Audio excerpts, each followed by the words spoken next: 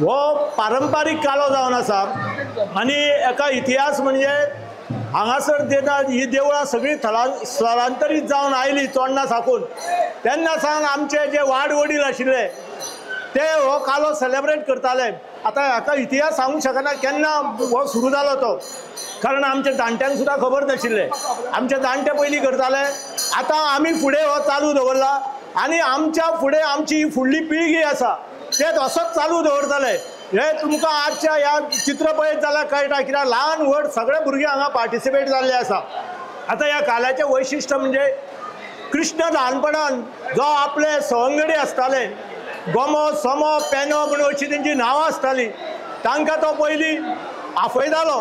ग्रावंडार आयलो की ना पयलीं तांकां सगळ्यांक आपयतालो आनी तो पद म्हणटालो। मागीर सगळे बाळ गोपाळ येताले तेन्ना मागीर तो परत पद म्हणटाले, ते सगळे जाण म्हणटाले।